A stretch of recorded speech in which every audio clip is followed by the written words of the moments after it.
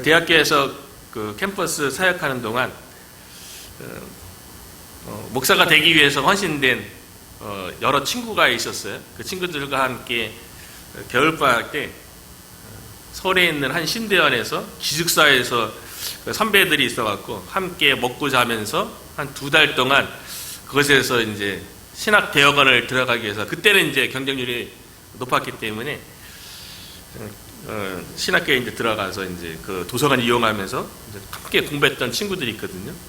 그때는 한참 하나님을 향해서 열정이 뜨거울 때였는데, 그때 이제 서울에서 한 것이 뭐였냐면, 이전에도 한번 언급했었는데, 서울에 있는 대형 교회들이 이렇게 탐방하는 거예요. 이렇게 수요일 날이나 금요일 날 주일 되면 서울에 있는 큰 교회를 탐방하면서 그 교회를 세우신 그 목사님들이 어떤 분이시고 어떻게 설교하고 교회가 어떤 분위기인지 이렇게 탐방하는 가운데 아가서를 이렇게 읽는 가운데 한 교회가 생각났어요. 그 교회는 지금 한국에서 2번째로 큰 교회인데요. 그 교회를 세우신 목사님은 경상도 아주 시골에서 목회하다가 하나님께서 이제 비전을 주셔서, 꿈을 주셔서 서울의 한 변두리에 교회를 개척하신 분이세요. 근데 그 당시에 이제 공부도 많이 못하고 상황과 여건이 되게 좋지 않은 상황에서 서울로 무작정 하나님의 음성 듣고 서울로 올라와서 이제 명일동에 뭐 버스도 거의 안 되는 거의 시골 같은 그곳에 하나님의 말씀에 이제 음성에 순종해서 교회를 개척했는데, 이분이 이제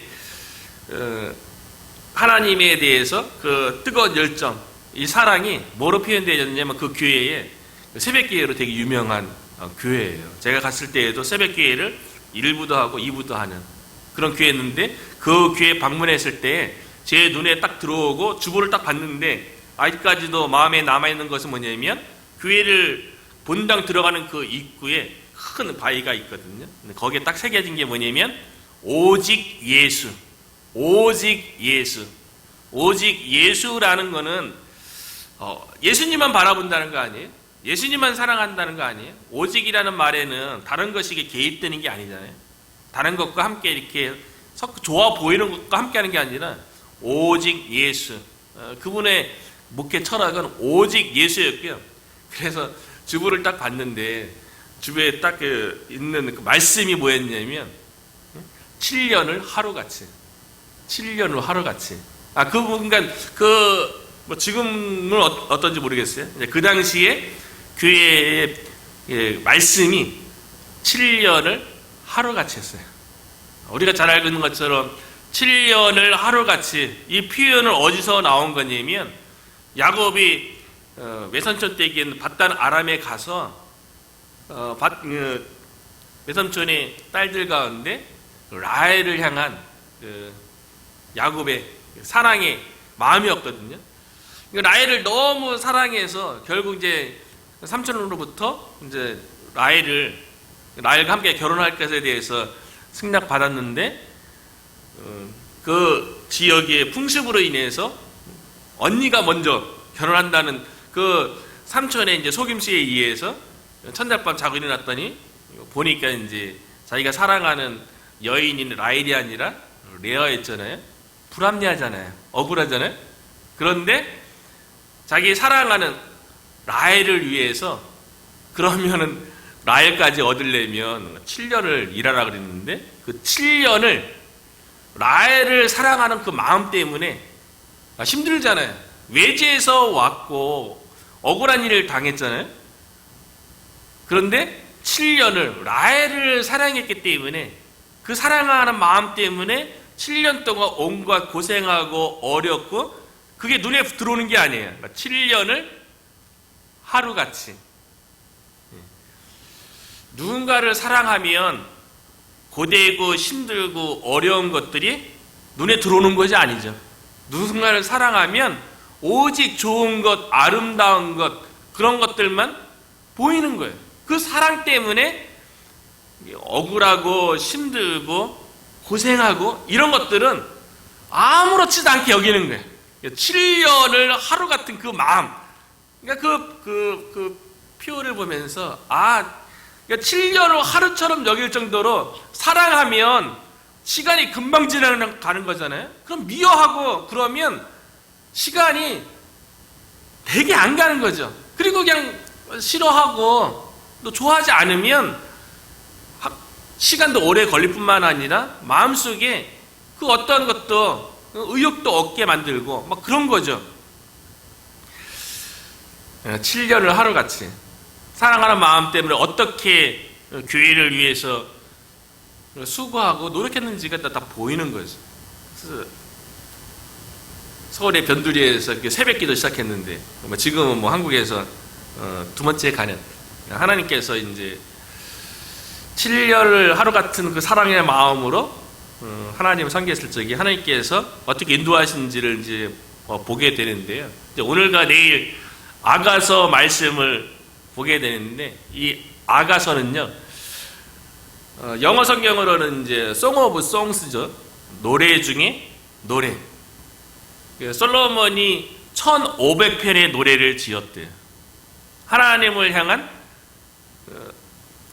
믿음의 고백, 사랑의 고백, 이것을 1500편을 지었는데 그 중에서 최고의 노래가 아가서라는 거예요.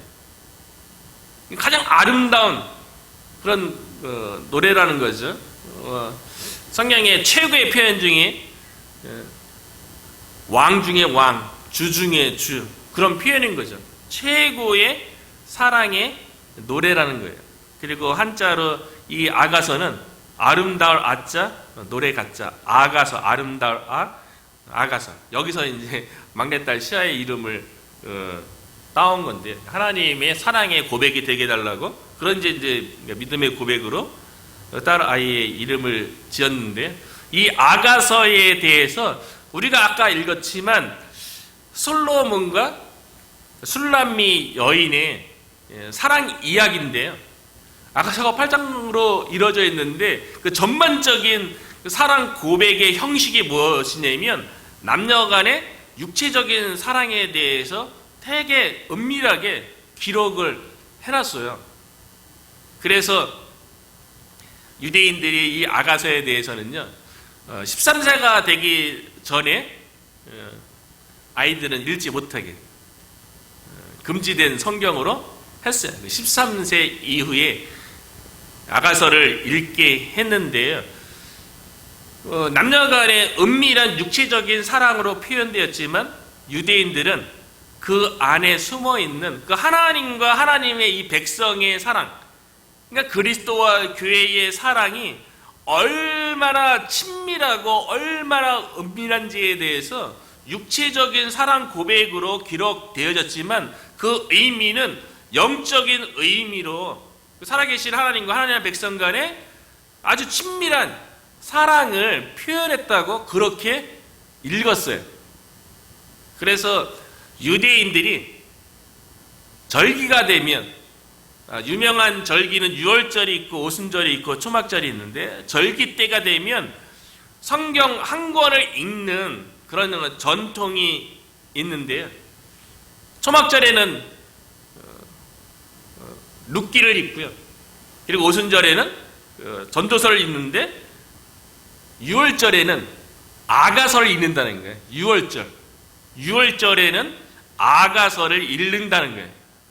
유월절이 어떤 절기입니까? 이스라엘 백성을 향한 하나님의 최고의 사랑이 표현된 절기예요. 그래서 유월절을 지키면서 이스라엘 백성이 애굽에서 고난과 고통 가운데 있었을 때에 하나님께서 유월절 어린 양의 피로 그들을 구원해내는 그 하나님의 사랑을 기억하기 위해서 아가서를 읽으면서 하나님의 사랑에 대해서 묵상했다는 거죠. 하나님의 구원만큼 하나님의 백성을 향한 최고의 사랑 표현이 어디 있겠어요? 우리가 좀 전에도 찬양했던 것처럼 사망의 그늘에 앉아 울고 있는, 멍에와 고통 가운데 울고 있는 하나님의 백성, 하나님의 자녀는, 하나님은 교회에 믿는 자만의 하나님이 아니라고 우리가 전도서 말씀을 통해서 깨달았잖아요. 하나님은 모든 생명, 일반 은총 가운데 모든 생명을 주시고 붙들고 계시고 이끄시는 분이 하나님이기 때문에 세상 밖에 있는 하나님의 자녀, 하나님의 백성, 그들 고통에 대해서 그들에게 누가 가서 나의 사랑을 전할까? 그 사랑의 그 표현이 결국 십자가의 사랑인 거죠. 그래서 요한복음 3장 16절에 보면 하나님이 세상을 이처럼 사랑하사, 이처럼이 독생자 예수 그리스도를 십자가에 못 박혀 죽기까지, 내 생명을 주기까지, 그런 표현이 아니겠어요? 하나님이 세상을 이처럼 사랑하사 독생자를 주셨으니 이는 저를 믿는 자마다 멸망치 않고 영생을 얻게 하려 하심이라. 로마서 5장 8장에도 우리가 아직 죄인 되었을 때 그리스도께서 우리를 위하여 죽으심으로 하나님께서 우리에 대한 자기의 사랑을 확증하셨느니라, 확실하게 증명하셨느니라. 하나님의 사랑이 확실하게 드러난 곳이 바로 십자가인 거죠. 그 십자가의 사랑을 우리가 죄인 되었을 적에 하나님께서 표현해 주신 거죠.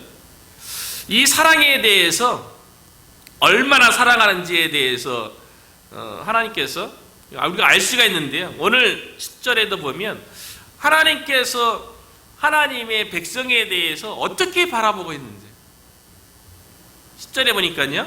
나의 사랑하는 자가, 이거는 솔로몬 왕이 이제 술람미 여인에게 이제 표현하는 건데요. 술람미 여인에 대한 해석은 많이 있어요. 왕이었을 것이다. 아니면 수냄 여인이었을 것이다. 또는 뭐 스바 여인이었을 것이다. 그런 많은 해석들이 있지만 솔로몬과 술람미 여인을 통해서 궁극적으로 하나님과 이제 하나님의 백성의 사랑에 대해서 이야기하는 거니까요. 솔로몬이 술람미 여인의 사랑을 표현을 통해서요. 하나님의 사랑을 얘기하는데요. 하나님께서 하나님의 백성을 어떻게 바라보고 있다고요? 하나님의 자녀들 우리를 어떻게 부른다고요? 하나님의 나의 사랑하는 자라는 거예요. 나의 사랑하는 자. 내게 말하여 이르기를 나의 사랑, 내 어여쁜 자여 일어나서 함께 가자. 이거는 뭐 연인 간에도 이런 그 표현을 하면 뭐 최고의 사랑의 표현인 거죠. 당신은 나의 사랑입니다. 이렇게 표현해 주는 것만큼 가슴 설레고 뛰게 하는 일이 무엇 있겠어요. 그런데 하나님께서 우리를 향해서 나의 사랑이라고, 나의 어여쁜 자라고 그렇게 본다는 거예요. 그렇게 우리를 사랑하고 있다는 거예요. 그러면서 일어나서 함께 가자. 사랑하는 사랑과 더불어 해야 할 일이 있다는 거죠. 일어나서 함께 가자. 하나님께서 세상을 왜 창조했습니까? 하나님의 성품이 선하심과 인자하심 아니겠어요? 하나님의 사랑의 기초에서 천지 만물이 창조된 거 아닙니까? 하나님 좋으라고 천지 만물을 창조한 게 아니거든요. 모든 만물을 창조하시고 하나님의 형상대로, 이 표현 속에는요, 하나님의 사랑에 의해서, 남녀가 사랑해서 결혼했을 때 그 사랑의 결실로 뭘 얘기합니까? 서로 나 닮은 아이를 낳아달라고. 그게 최고의 사랑의 결실 아니겠어요? 하나님께서 하나님의 형상대로 남자와 여자를 만드신 거예요. 그 하나님의 사랑하는 인간을 위해서 이 우주 천지 만물이 창조된 거죠. 그리고 하나님의 형상대로 하나님의 사랑을 받는 인간으로 하여금 그 하나님을 사랑하고 바라보게 하기 위해서 안식일을 만든 것 아니겠어요? 그래서 하나님께서 하나님의 사랑의 대상으로 남자와 여자를 창조하고 어디다 두었습니까? 에덴 동산에 두었던 거예요. 그러니까 하나님과 인간 간의 사랑의 장소죠. 에덴 동산에서 아담과 하와는 하나님께서 창조한 만물들을 바라보며 하나님께서 나를 위해서 이런 과일도 만들었구나, 또 이런 채소도 만들었구나, 또 이런 먹을 것을 나에게 주셨구나, 하나님의 사랑을 느끼면서 에덴 동산에서 하나님을 기뻐하고 하나님께 이제 노래 중에 노래를, 최고의 노래가 불려진 것이 에덴 동산이었겠죠. 그 사랑을 느끼고 그 사랑을 고백하는 장소가 에덴 동산. 에덴이라는 말 자체가 영어로는 파라다이스, 낙원이라는 뜻 아니겠어요? 최고의 사랑과 최고의 노래가 있는 그 에덴 동산에서 하나님께서 아담과 하와에게 명령한 것이 무엇입니까? 땅에 충만하라, 땅을 정복하라, 땅을 다스리라. 에덴 동산에 하나님의 나라가 이루어질 것에 대해서 하나님께서 온 우주 만물을 창조한 만주의 주고 만왕의 왕이지만 하나님께서 하시는 일을 사랑하는 자에게 위임한 거예요. 사랑하는 자와 함께하기를 원했던 거예요. 그래서 그 하나님께서 함께하기를 원하는 그 일을 통해서 사랑하는 자가 그 하나님의 사랑을 경험하기를 바라는 거죠. 사랑하는 자가 많이 생각날 때, 그때가 언제입니까? 함께 할 때, 아름다운 장소를 보고 이곳에 내 사랑하는 가족과 내 사랑하는 여인과 함께 왔으면, 또 좋은 음식을 먹을 때, 맛있는 음식을 먹으면 사랑하는 사람이 먼저 떠오른 것 아니겠어요? 그 사랑하는 사람과 함께 이곳에서 함께 먹어야겠다. 그리고 또 계획해서 또 먹기도 하고요. 하나님께서 사랑의 동산, 에덴 동산을 창설하시고 나의 사랑, 나의 어여쁜 자야, 아담과 하와를 부르시면서 일어나서 함께 가자. 에덴 동산에서 내 강이 기원에서 동서남북으로 뻗어나가는 것처럼 하나님의 다스리심이 아담과 하와를 통해서 동서남북으로 점점 확장해 나가기를 바랬던 거죠. 하나님께서.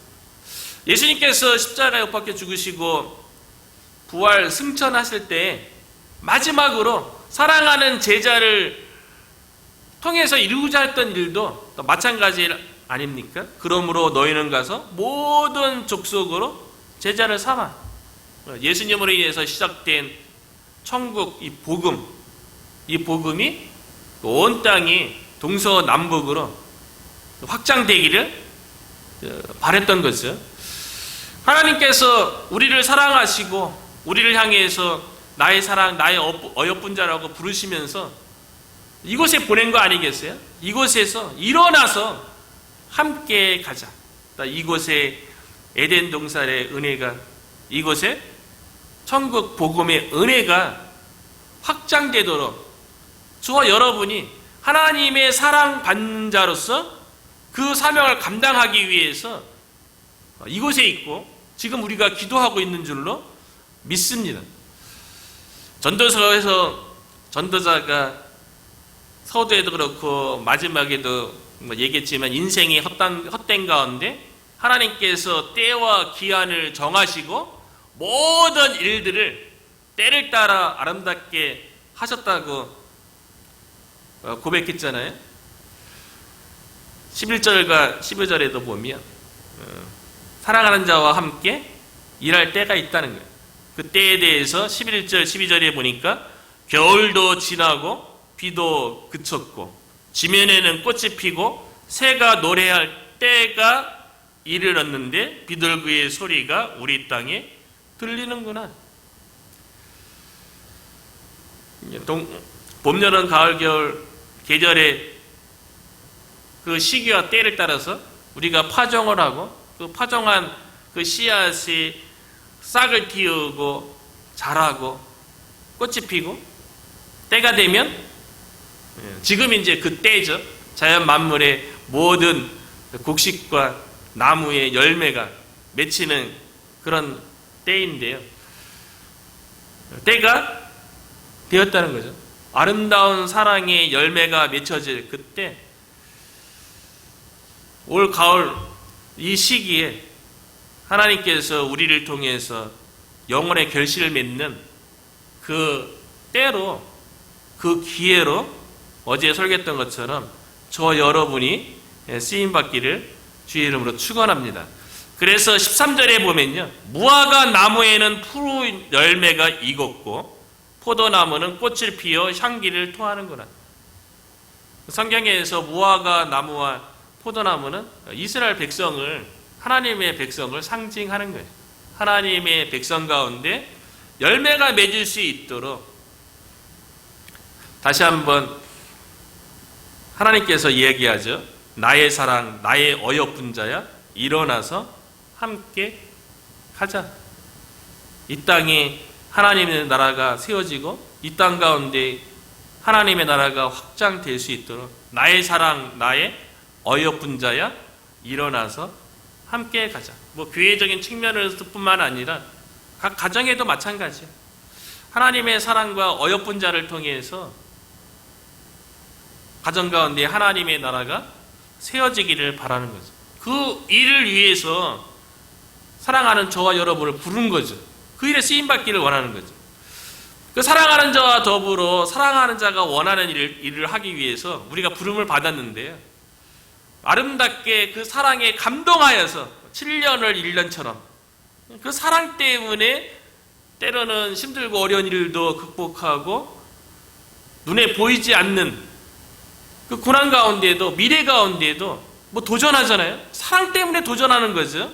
그런데 꼭 이렇게 아름다운 동산을 꾸리고 하나님의 나라 확장을 하는 데 있어서 꼭 방해꾼은 있다는 거예요. 그래서 15절에 보면 우리를 위하여 여우 곧 포도원을 허는 작은 여우를 잡으라. 우리의 포도원에 꽃이 피었음이라.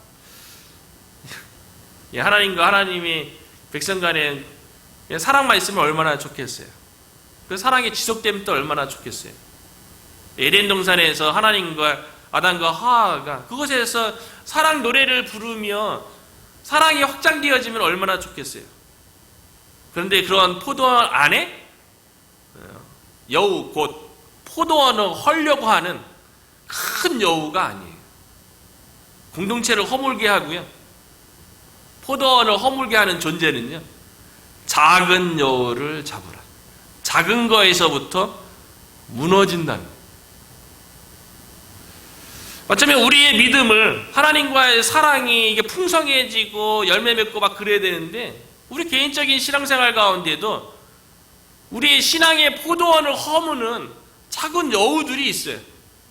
어쩌면 그것이 뭐 세상적인 것일 수도 있고요. 뭐 기도했지만 사실은 우리가 세상 가운데 살아가기 때문에 보여지는 것, 뭐 들려지는 것, 이런 것들 때문에 우리의 마음이 때로는 흔들릴 수 있죠. 오직 하나님만 바라보고 하나님의 말씀 가운데 순종해 가야 되는데, 하나님의 말씀이 들리는 시간보다도 세상에서 들려오는 그 소리가 몇십 배, 몇백 배 더 많은 거 아니겠어요?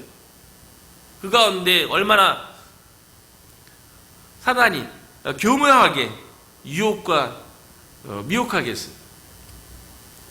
에덴 동산에서도 사탄이 뱀으로 나타나서 유혹했던 것도요, 보안직도 하고 먹음직도 하고 지혜롭게 할 만하더라. 눈에 보이는 것, 안목의 정력, 먹고 싶은 것, 육신의 정력, 이생의 자랑, 그런 거 아니겠어요? 오늘날도 세상에 속한 것이 안목의 정력, 육신의 정력, 이생의 자랑, 이런 거를 통해서 우리의 포도원을, 뭐 신앙의 포도원을 허무는 거죠.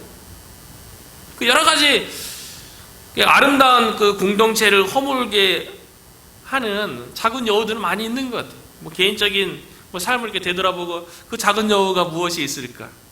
뭐 세상에서 들려오는 것뿐만 아니라 우리 안에서도 때로는 나태하고 게으른 마음, 이것이 또 사랑을 허물 수도 있죠. 뭐 어제도 얘기했지만 전갑수 목사님의 간증을 들으면서 그 순수한 마음, 하나님께만 집중하고 하나님을 사랑하는 마음, 새벽 3시 반에 일어나자마자 처음으로 하는 일이 성경을 읽는 거 아니겠어요? 그거를 수십 년 동안 한 교회에서 40년 넘게 목회하면서 그 일을 반복했던 거 아닙니까? 그래서 구약을 340독하고 신약을 1000독. 말씀에 그렇게 집중하는 거는 하나님의 사랑 때문에 가능한 거죠. 하나님과 사랑을 그렇게 고백했던 거죠. 그러니까 선교사에 의해서 세워진 교회가 10년 동안 방치하는데 그 방치된 그 교회를 보면서 하나님의 그 마음이 느껴지는 거 아닙니까? 어떻게 하나님의 교회가 저렇게 방치될 수 있는가? 그래서 그 교회에 가서 한 청년과 더불어 교회를 세우기 시작하고 결국에는 그 교회가 고성군에서 70명, 100명 모이는 교회로 여러 가지 고난과 어려운 가운데 참 그 고난 아무도 없는 그 교회에 가서 그 사회자가 그런 질문을 하더라고요. 아니 어떻게 그 시골 재정도 없는 그 교회에서 먹고 살아야 되지 않겠느냐고. 그러니까 그 목사님께서 하신 말씀이 무엇이냐면요, 사모님이 애 얻고서 들녘에서 메뚜기 잡아갖고 그거를 볶아갖고 시장에 나가서 팔면 일주일 동안 먹을 수 있는 그 쌀을 구할 수 있었다고. 참 사모님도 참 대단하죠. 또 교회를 세우겠다는 하나님의 마음을 입고 그 목사님을 섬기는데 그 들녘에서 메뚜기 잡아서 메뚜기 팔 생각을 했다는 것 자체가 어쩌면 우리는 막 그렇게 생각할 수 있잖아요. 하나님 섬긴다고 하면서 하나님 사랑한다고 하면서 때로는 이건 부끄러워서 못해, 이거는 할 수 없어, 뭐 그런 일 많이 있잖아요. 근데 사모님은 메뚜기를 팔아서 생계를 유지할 정도로 하나님의 사랑 때문에 그 일이 가능했던 거죠. 목사님이 그렇게 새벽에 첫 시간을 말씀과 더불어 시작하고 하나님을 사랑하고 그러니까 교회를 세워가는데 작은 여우가 틈탈 겨를이 없는 거죠. 그러니까 우리 가운데도 작은 여우가 틈타는 것도요, 우리 사랑의 마음이 식어가기 때문에 그런 거죠. 하나님에 대한 사랑이, 하나님에 대한 순수한 사랑의 마음이 식어가고 멀어질수록 작은 여우는 세상에서도 침입하는 거고 우리 마음에서도 우리 육신으로부터도 침입하는 거고요.